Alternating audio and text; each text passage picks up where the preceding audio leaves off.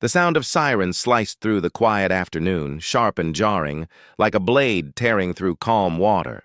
I stood on my own porch, hands slightly raised, as two police officers approached with cautious steps, their fingers hovering close to their holsters. Down by the curb, a woman with a stiff bob haircut and an HOA badge pinned to her navy blazer was pointing at me with all the fervor of a courtroom accuser. "That's him," she screeched, her voice so shrill it could strip paint off a wall. "He's trespassing on association property. I told him to leave and he refused." I took a measured breath, forcing my tone to stay calm and even. "Officers, I'm standing on my own property," I said steadily. "I have the deed right here in my back pocket, if you'll allow me to retrieve it." The lead officer gave a cautious nod. Slowly, I reached for the worn document and unfolded it. I couldn't help but smile a little to myself. What this woman didn't realize was that in exactly 6 minutes, her entire precious HOA would be served a court-ordered shutdown notice. But I'm getting ahead of myself. My name's David Hartley, and after 12 long years overseas as a real estate attorney specializing in property law, I'd finally come home to my grandfather's old lakeside cabin on Pine Ridge Lake. The place was more than just wood and nails. It was childhood summers, fishing at dawn, the smell of campfire smoke, and my grandfather's old stories echoing in the dark. Time, however, hadn't been kind. Nature had reclaimed most of it. Vines tangled across the cedar siding, and the dock looked like it was one storm away from collapse. That morning, I'd arrived ready to take stock of the damage and start restoring what was left. The cabin sat on 5 acres of prime lakefront property that had been in my family since 1947. But what I hadn't expected was that during my time abroad, some overzealous homeowners association had sprung up around the lake like an invasive weed. The first sign of trouble came within an hour of my return. I was clearing branches from the front steps when a golf cart rolled up my gravel driveway. Behind the wheel sat a woman whose expression looked like she'd been sucking lemons since sunrise. Her HOA president badge caught the light like a sheriff's star. "Excuse me," she said sharply, her tone making it sound more like an accusation than a question. "What exactly do you think you're doing?" I straightened, brushing the dirt off my jeans. "Cleaning up my property. Can I help you?" Her eyes narrowed. "Your property? This entire lakefront falls under Pine Ridge HOA jurisdiction. No one told me about any new owners, and I certainly didn't approve any work permits." I blinked at her, then chuckled. "Work permits? To sweep my own steps? Don't get smart with me," she snapped, gripping her clipboard like a weapon. "I'm Patricia Peaton, president of the Pine Ridge Homeowners Association. Nothing happens around here without my knowledge or approval." Despite her tone, I kept my voice light. "Well, Patricia, I'm David Hartley. My family's owned this cabin since before you were probably born. I don't need anyone's permission to fix up my own place." Her face flushed a deep shade of purple. "That's impossible. The HOA owns all lakefront access rights. We've been maintaining these properties for years." I looked around at the overgrown weeds, the fallen branches, and the dock sagging into the water. "Interesting definition of maintenance you've got there." Patricia's nostrils flared. She shoved the clipboard toward me. "You violate at least 17 HOA bylaws: unauthorized presence, unapproved modifications, failure to register with the architectural committee." I raised a hand, stopping her mid-sentence. "Patricia, I think there's been a misunderstanding. My property predates your HOA by several decades. I have the original deed and trust documents. Whatever authority you think you have ends right at my property line." She let out a sharp, condescending laugh. "Oh, one of those sovereign citizen types, are you? Let me educate you, Mr. Hartley. The Pine Ridge HOA was established in 2013 with full authority over all lakefront properties. Your so-called deed means nothing." I pulled out my phone and showed her a clear photo of the deed I'd taken earlier that morning. "This deed is from 1947. Unless your HOA has a time machine, I think my claim supersedes yours." Her expression twisted into fury. That's fraud! You're showing me forged documents. You're just a squatter trying to steal association property." And just like that, the situation spiraled. Patricia stomped back to her golf cart, shouting into her phone as she went. Within minutes, blinds across the street began to twitch, and curious faces peeked out from behind curtains. I sighed and went back to cleaning, fully aware that this wasn't over. 20 minutes later, she returned with backup. 3 other HOA board members followed her, all dressed in matching blazers with gleaming HOA pins. They looked less like community volunteers and more like a suburban firing squad. "Mr. Hartley," Patricia announced dramatically, "the board has convened an emergency session. You have 5 minutes to vacate this property before we contact the authorities." I leaned casually against the porch railing, unbothered. "Patricia, I already showed you my deed." "This is my property. If you want to verify it, the county records office is open until 5. "I don't need to verify anything," she shrieked, her composure cracking. "I know every inch of this HOA. You're trespassing and dangerous. Who knows what you're plotting in that cabin?" One of the board members, a timid man with thinning hair, tugged nervously at her sleeve. "Maybe we should check the records first, Patricia." She turned on him like a viper. "Harold, whose side are you on? Can't you see? He's dangerous. Just look at him, standing there with that smug expression. He could be planning anything." For the record, I wasn't smirking, but I'll admit the absurdity of it all made me want to laugh. I was a middle-aged attorney in khakis and a polo, somehow cast as the villain of her suburban soap opera. "Patricia," I said evenly, "I'm going inside now to make some coffee. You can call whoever you'd like, but I'm not leaving my own property." That's when she completely lost it. As I turned to step inside, her voice cut through the air. 911. "Yes, this is an emergency.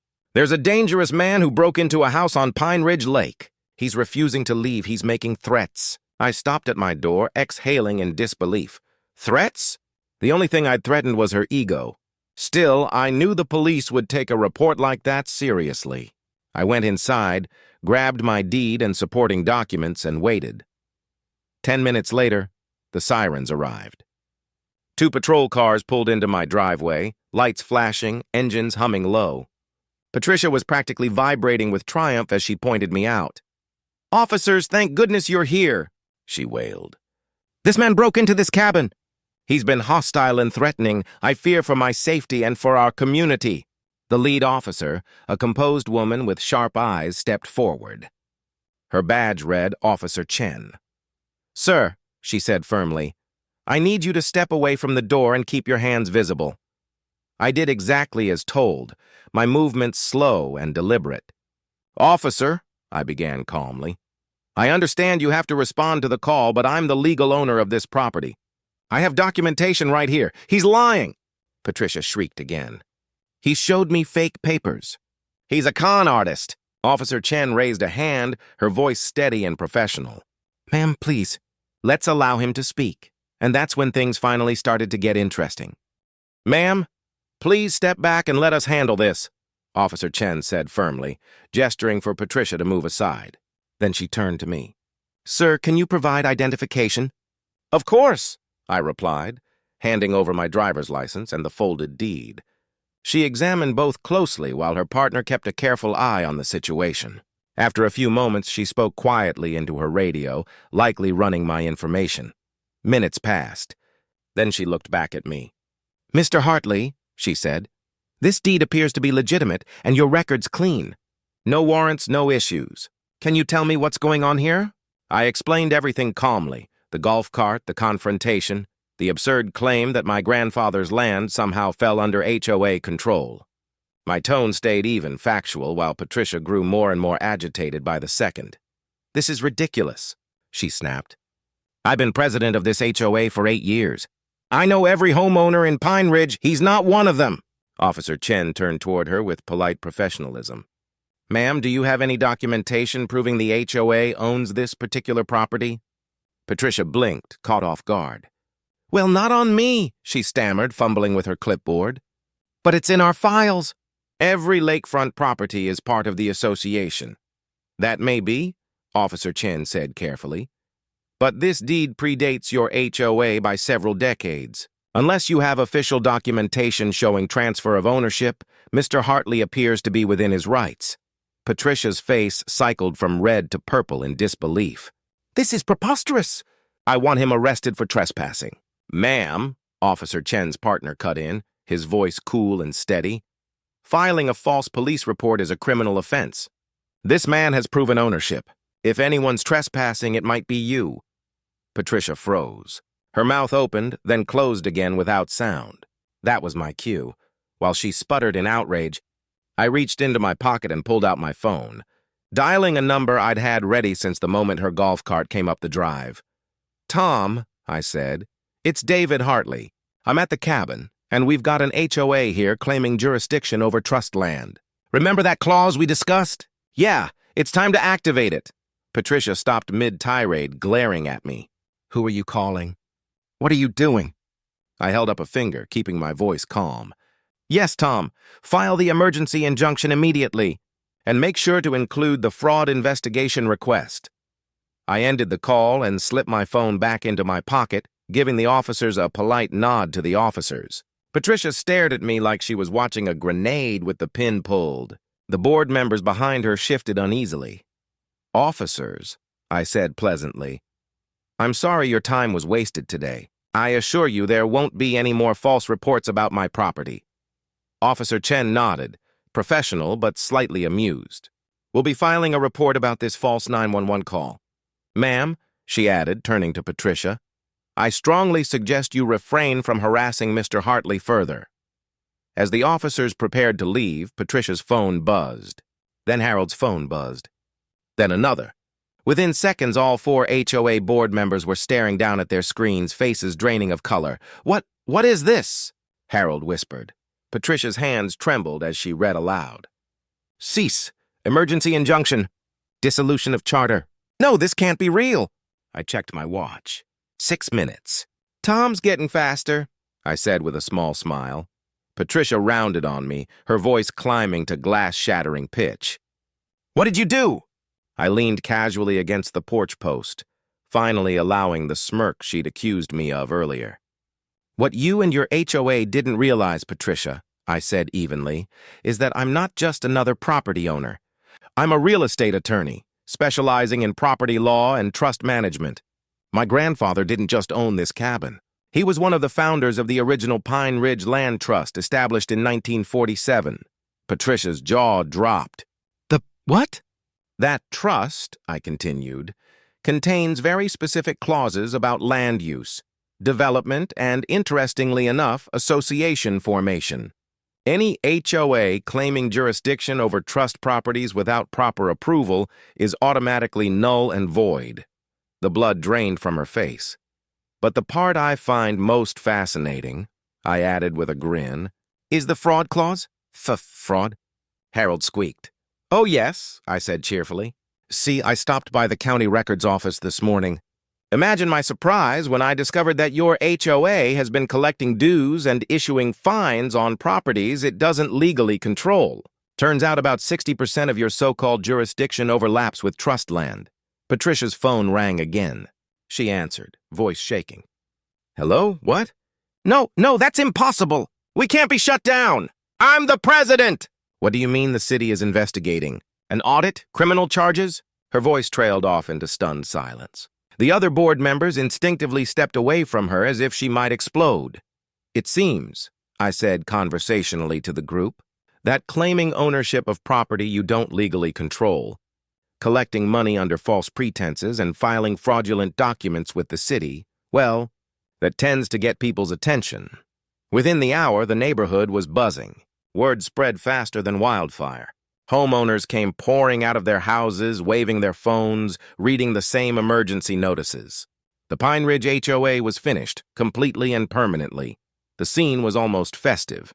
One elderly man danced on his lawn as he ripped down a sign listing approved paint colors. A young couple hugged and laughed, realizing they could finally build the playground Patricia had denied them 3 times. Others tore down HOA notices like they were breaking free from prison walls. Meanwhile, Patricia stood in my driveway, shell-shocked. Her phone wouldn't stop ringing, board members resigning, the HOA's lawyer withdrawing representation, the city inspector calling to collect documents for evidence. Her voice came out as a whisper. $73,000. She stared at the screen, eyes wide. "They say I owe $73,000 in illegally collected dues." Harold, looking both nervous and liberated, spoke up. "Patricia, at the last board meeting, didn't you transfer $40,000 from the HOA account to renovate your pool?" She spun on him, fury flashing for a moment before it faded into despair. That was for HOA gatherings. We never had gatherings, another board member said dryly.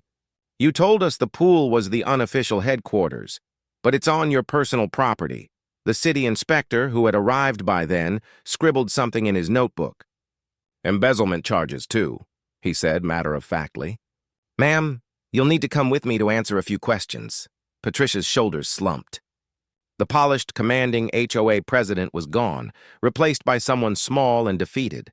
As she was led toward the waiting car, she turned to glare at me one last time. You destroyed everything, she shouted. I shook my head slowly. No, Patricia. You destroyed it. I just showed everyone the truth. The fallout came quickly. Within days, Patricia was charged with fraud, embezzlement, and filing false reports. The total of the illegal dues alone exceeded $200,000. With legal fees and restitution, bankruptcy was inevitable. Investigators confirmed that the $40,000 pool renovation had been entirely personal, sealing her fate on the embezzlement count. She was expelled from every local organization she'd joined, and her real estate firm fired her when they learned she'd used company resources for her HOA schemes. The criminal charges carried a potential 5-year sentence.